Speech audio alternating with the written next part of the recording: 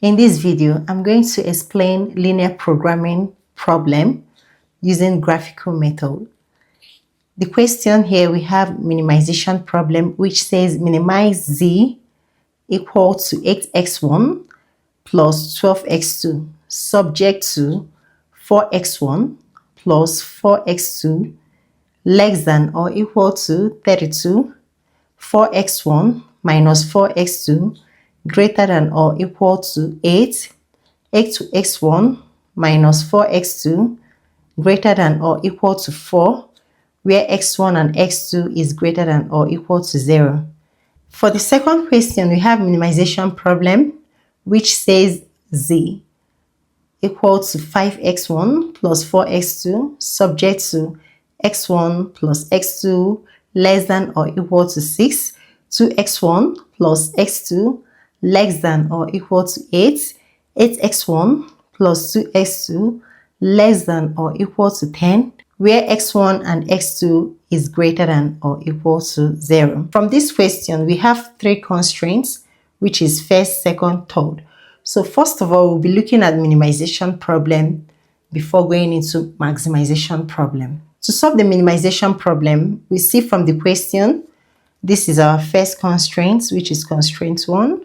This is the second constraint, and this is the third constraint. So first of all, we convert each inequality to an equation. Therefore, for constraint 1,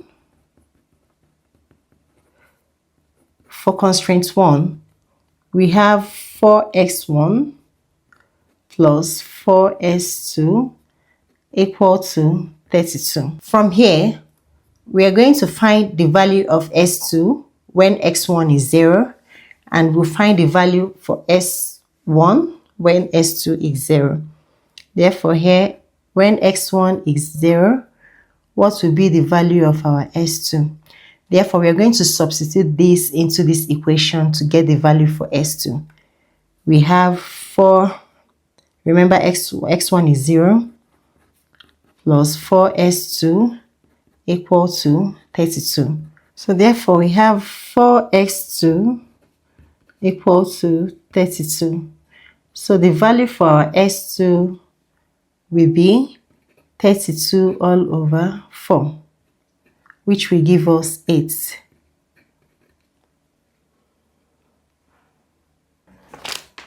We also need to consider when x2 is 0, what will be the value of our x1. So from the question, we have 4x1 plus 4s2, as s2 will be 0, equal to 32. We have 4x1 equal to 32. Our x1 will be 32 all over 4, which will give us 8. So I want to represent it here. When x1 is 0, the value for s2 is 8. When x2 is 0, the value for x1 is 8. We will consider that for constraint 2 and also 3. So now we are going over to constraint 2. For constraint 2, to change the inequality to equation, we have 4x1 minus 4s2 equal to 8. When x1 is 0, what will be the value for our x2? Therefore, we have 0 minus 4s2 equal to 8. Therefore, minus 4x2 equal to 8. So what will be the value of our s2? It will be 8 all over minus 4. So the value of our x2 will be minus 2. We consider that also when x2 is 0, what will be the value for our x1? Therefore, we have 4x1 minus 4s2, which is 0, equal to 8. Therefore, we have 4x1 equal to 8. So what will be the value for our x1? 8 all over 4, which is 2. Represent that here. x1, x2. When x1 is 0, x2 is minus 2. When x2 is 0, x1 is 2. So we consider that for the third constraint. For the third constraint, we have 8x1 minus 4x2 equal to 4. So when x1 is 0, what will be the value for s2? So we have 8, 0 minus 4x1, 4x2, sorry, equal to 4, minus 4x2 equal to 4. We have x2, so our x2 will be 4 all over minus 4, which is minus 1. We consider that also when x2 is 0, what will be the value for our x1? Therefore, we have 8x1 minus 4x2, which is 0, equal to 4. We have 8x1 equal to 4. Therefore, our x1 will be 4 all over 8, which will give us 1 over 2. When we represent that, we have when x1 is 0, the value for our x2 is minus 1. When x2 is 0, the value for our x1 is half. The next thing to do is to represent all these on a graph. So I'll be showing you how to represent both your constraints 1, 2, 3 on a graph using the value which we got. To represent this on a graph, remember for our constraint 1, we have when x1 is 0, the value for x2 is 8. And when x2 is 0, the value for x1 is 8. The same thing for our second constraint. When x1 is 0, x2 is minus 2. When x2 is 0, x1 is 2. For our third constraint, when x1 is 0, x2 is minus 1. And when x2 is 0, x1 is 1 over 2. So I'm going to show you how to represent these on a graph. It's very simple and tell you the trick on how to get your feasible region. To represent this on a graph, this is the y-axis, which is x2, and the x-axis with x1. We have it as x1. For constraint 1, when x1 is 0, x2 is 8. And when x2 is 0, x1 is 8. So we are going to represent that here. When x1, which is this, is 0, our x2 is 8. When x2 is 0, our x1 is 8. So we are going to join the line. This is our constraint 1. For our second constraint, when x1 is 0, x2 is minus 2. And when x2 is 0, x1 is 2. So we'll look at when x1 is 0, x2 is minus 2. When x1 is 0, our x2 is minus 2 here. And when x2 is 0, our x1 is 2. So we're going to join this line together. For the third constraint, when x1 is 0, x2 is minus 1. And when x2 is 0, x1 is 1 over 2. So we are going to represent that when x1 is 0, x2 is minus 1. When x1 is 0, our x2 is minus 1, which is here. And when x2 is 0, our x1 is half. So half is somewhere here. We'll join the line. This is for our constraint 2, the line. And this line here is for 3. So to get our feasible region for this graph, we need to consider the question given to us. From this question, for the first constraint here, we have less than or equal to 32. For the constraint 2, we have greater than, same with constraint 3.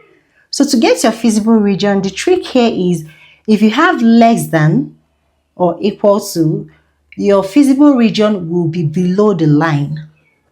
If you have greater than, your feasible region is above the line. And when you have greater above the line too. So here we are going to represent this on a graph, and I will show you the trick on how you can get your feasible region. For the first constraint, remember I said here is below because this is less than. Here is above because this is greater than. Same with constraint 3.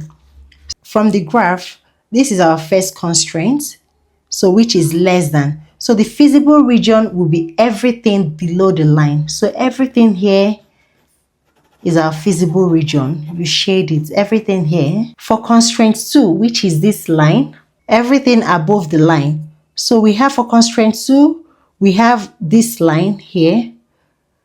This is the inner one, this is the outer one. So above the line is here. So everything above this line is our feasible region. So what we do is to clean, this. We'll erase it. So for our third constraint, this is the third line here. And we have greater than. So everything above the line, which is everything here. So everything here is our feasible region. Everything above here. And for 2, everything here. So when we consider this graph, we observe that here we have 3 corner points. We have our A here, we have our B here, and we have our C here. For A, the value for A, because we have x1, 2, and s2, 0. So we have x1, 2, and s2, 0 because it's on the baseline. For B here, we have x1 to be 8 and x2 to be 0. For C, we have to trace the line to get the value. This is the intercept. So we trace the line, we have 5.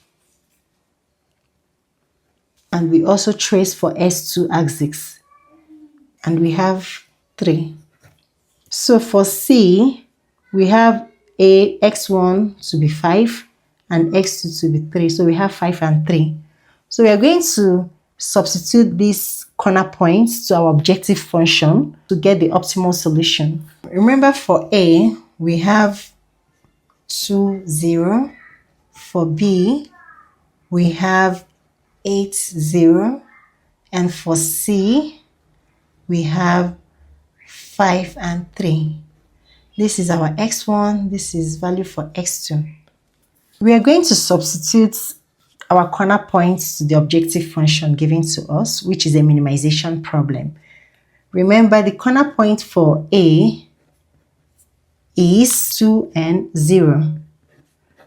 Therefore, to represent this, to substitute this here, we have 8 times 2 plus 12 times 0, which will give us 8 times 2 is 16, 12 times 0 is 0, 16 plus 0 will give us 16.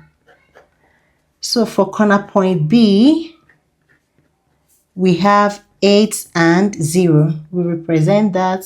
So we have 8 into 8 plus 12 times 0. Therefore, 8 times 8 is 64. 12 times 0 is 0. 64 plus 0 is 64. We consider that for C also. For C, we have the value to be 5 and 3. Therefore, we say 8 times 5 plus 12 times 3. 8 times 5 is 14, plus 12 times 3 will give us 36. 40 plus 36 will give us 76. Because this is a minimization problem, so to get your optimal solution here, we need to consider the least value. So from these 3 numbers, 16, 64, 76, the least value here is 16. Please take notes. Assuming it was maximization, you will take the highest number, which is 76. But because this is minimization problem, we'll consider the smallest number, which is 16.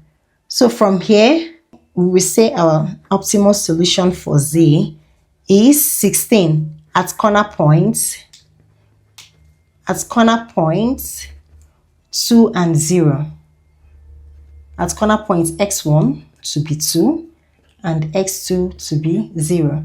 So this is our final solution. So we've come to the end of the tutorial. If this video interests you, please hit the subscribe button and like the video and also comment. Bye!